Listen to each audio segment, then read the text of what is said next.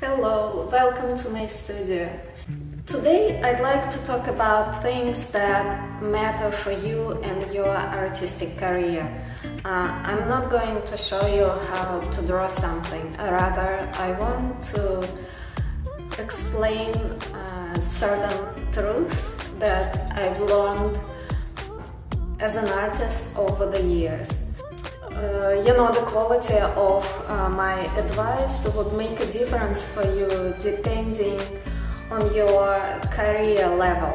And I'm going to explain some things that affect your chances selling your art. You take what applies to you, and if you think that it doesn't apply to you, that's fine as well. There are many platforms where you could make up a portfolio or a presentation of your art. Saatchi Art, art storefronts, Squarespace, lots of different sites that charge you monthly fees to put your portfolio on their site, and this way you kind of have a page and you have the representation. But you need to think about it long term, because it does take a lot of time, to upload the images, to put the information, the description, and all of that. What ends up being is that you are the only one who is responsible to drive traffic to that site. So for instance, if you have your art on Saatchi Art, you spend all that time making listings, and you have a nice gallery of your art, but the truth is no one is going to see it. You'll be lucky if the curators pick your art for their catalogs or extra promotion. Then you have a lot of chances to be noticed by the collectors. But most artists are not noticed. If you look at such websites that have a lot of artists listed on their sites, it's just very difficult to be found.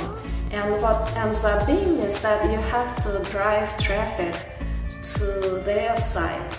And guess what happens? You spend all your effort driving the traffic, and then a person comes in, looks at your art, and then clicks somewhere else and goes off your page and goes and buys someone else's art. You don't want this to happen. Another thing about all these companies is that they end up making money at your expense. And for instance, if you like eBay and you want to sell on eBay, just be aware that you're not going to make a lot of money there, because people who shop there, they're very price conscious, like people who shop at Walmart. There is nothing wrong with it, it's just not the right category of people who buy original art, because art is a luxury, and people who shop on eBay cannot afford luxury. No one buys Rolexes on eBay, right? So then when we look at Etsy is a nice site. You can have a portfolio there, and I know artists who have wonderful businesses there, but as Etsy grows, it has certain problems that eat into the profits of artists. Offering free shipping, paying all those fees, ends up being a place where people do come to buy custom things, but you have so many costs that it eats into your profit, and you have to offer things that are not very expensive.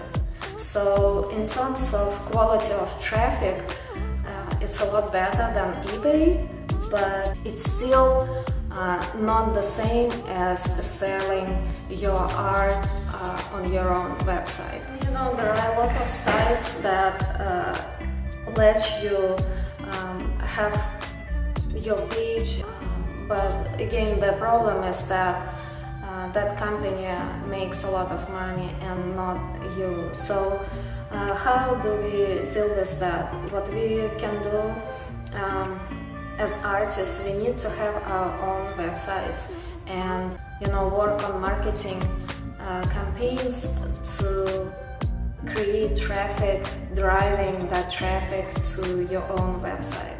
However, it's just one of the strategies. You can also be fine without the website and have Instagram that you update very often. Instagram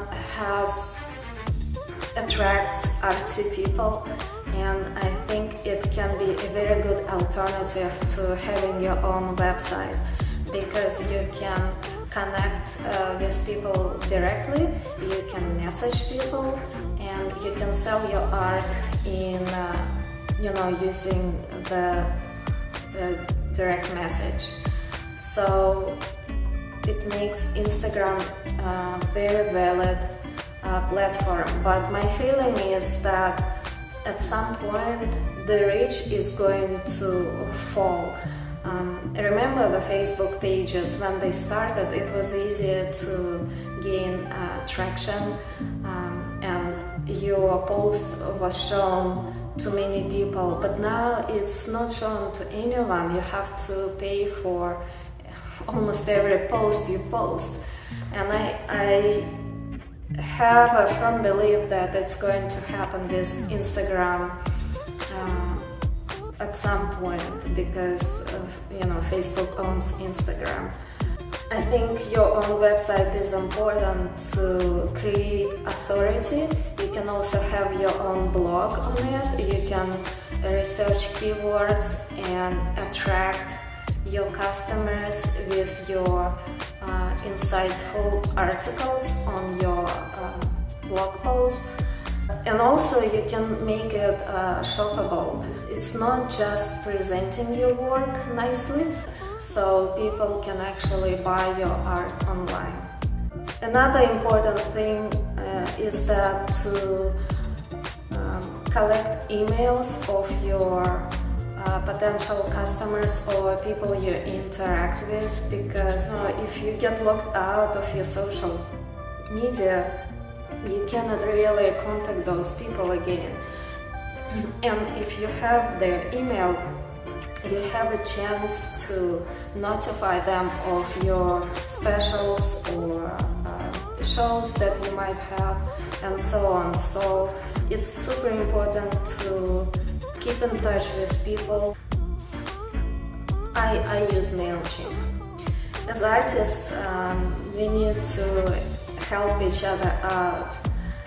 So if you find this video valuable, please subscribe to my channel and like this video. Being on social media can be a lot of fun, and I really love sharing my behind the scenes or the process videos with people, but at the same time it can be very difficult and frustrating. Sometimes I feel like I burn out and cannot do anything anymore, so I just take a break. It's important to bring value into people's lives. Be helpful for free, be social, and try to bring something of value to your followers. Sometimes I give out drawing and painting tips.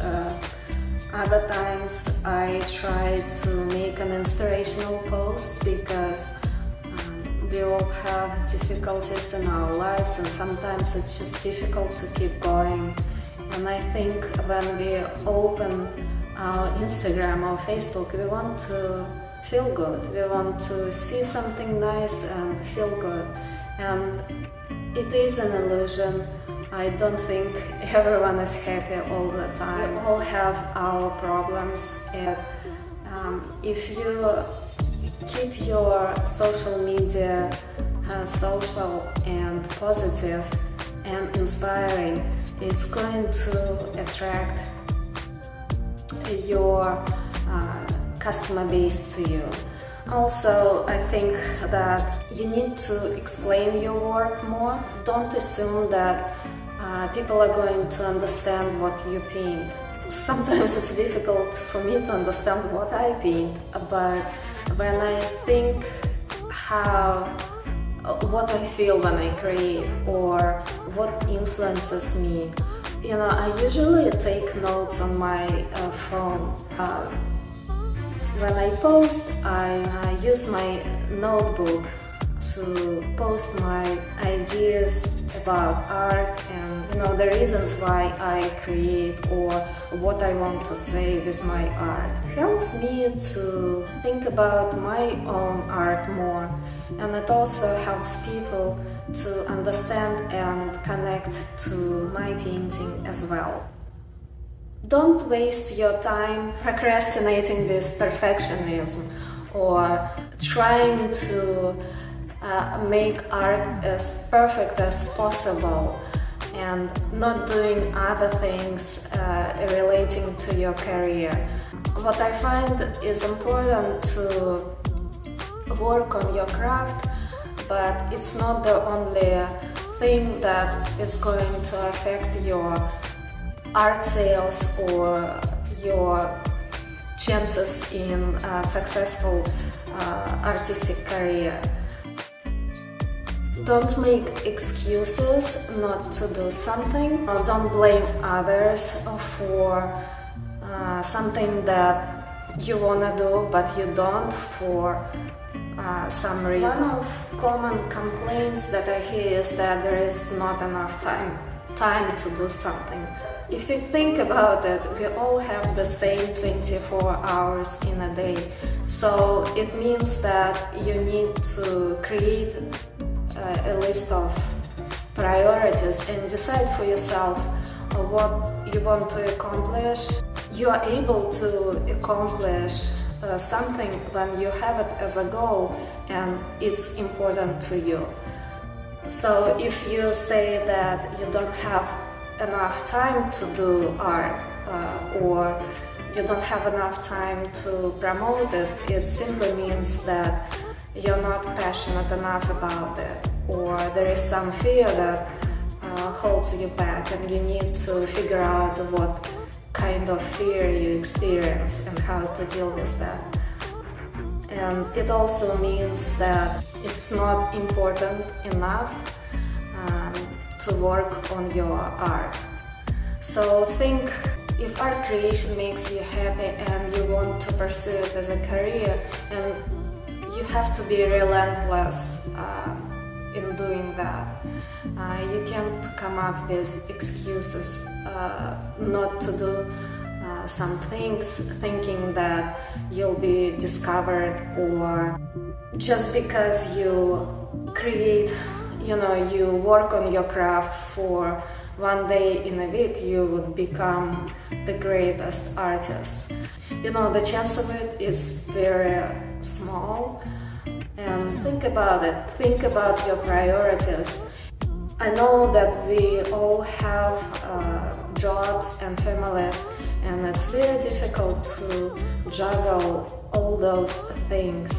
But when you have certain priorities in your life and you have the goals listed, you're able to achieve it. So what's important is to take action in small steps.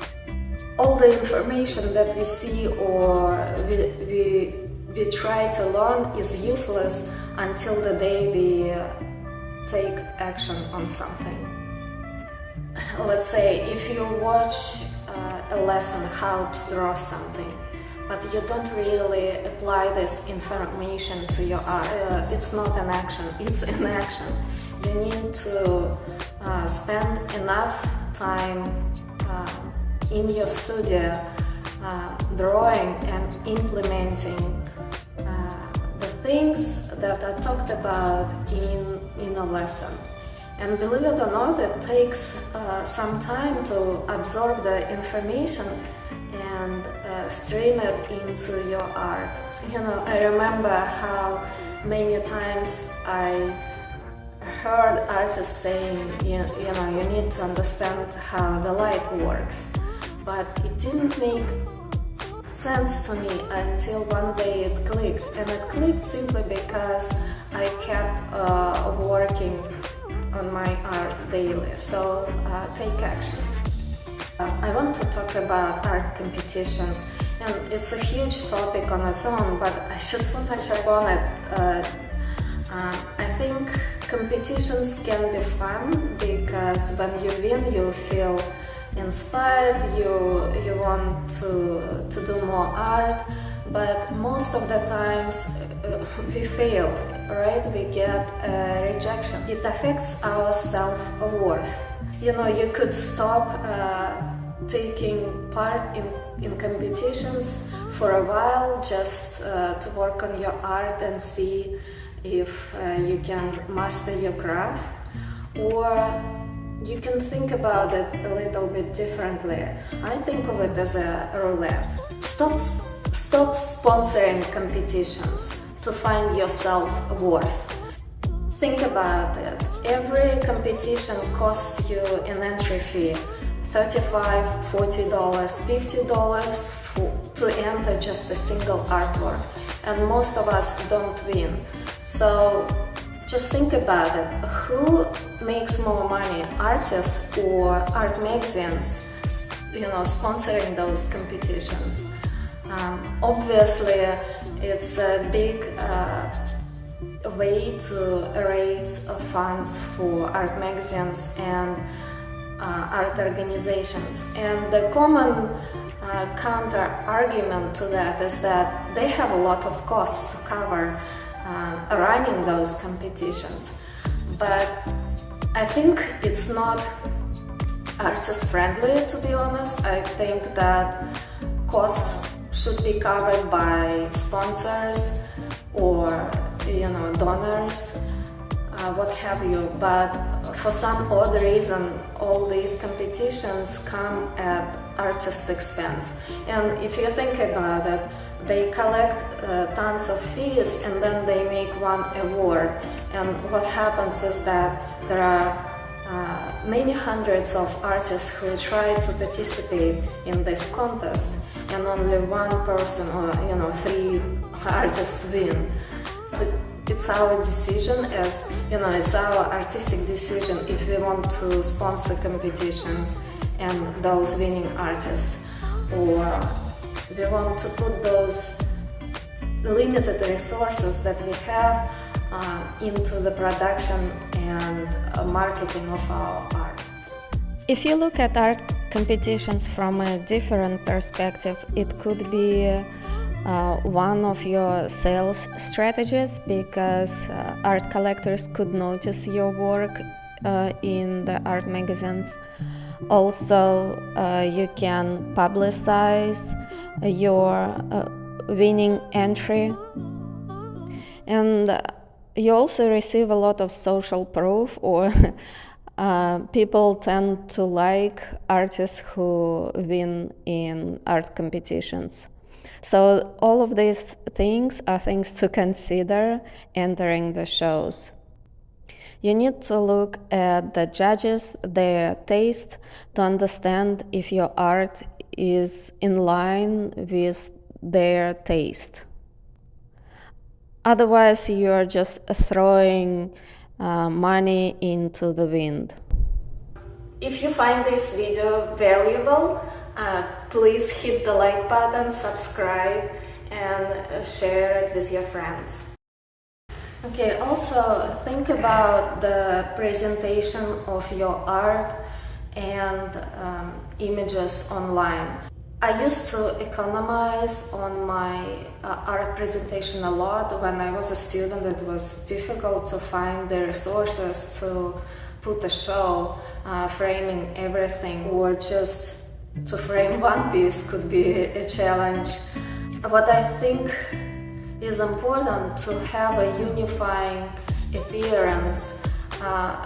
whenever you have a show, for instance, that's one of the problems that I have, is that I frame an artwork on its own, but I don't consider this artwork sitting in between other artworks that could be in a single show. So you always need to think how you're going to present your art, and if it looks consistent, and if it looks beautiful overall. So it needs to have consistent framing and size, and even the thickness, the edges that your canvases have.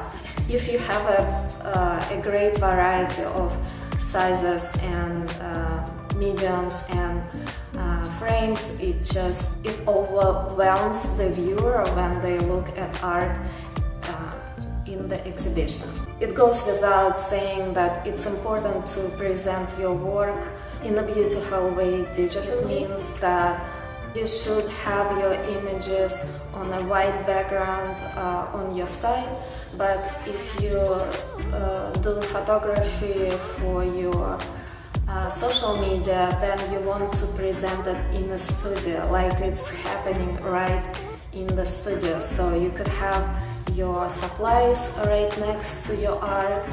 You want to show your art at different angles. Make it more exciting and interesting to look at, so we have a feeling like we are working on this art with you. Also, I want to mention about people who buy art. A lot of artists struggle and want to know how to sell art. I don't think I'm in the position to give all-knowing advice about it, but I do sell my art once in a while, and what comes with experience is the fact that it's finding people one relationship at a time. It's developing personal connection one person at a time. Some people become repeat customers for many years, and others don't, and it's okay.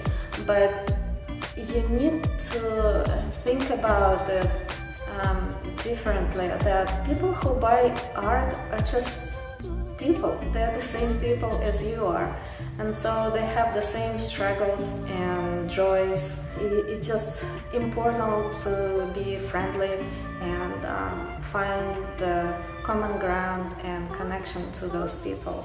So having your website is important. Social media presence is important. Professionalism is important. However, I can put all those things into a trash bin to replace it with a single advice. I know many people, many artists want to ignore, including me. But the thing is, your ability to approach and connect to people matters the most. It matters the most in your creative career. It's not how good or bad your art is. It's about your ability to connect to people.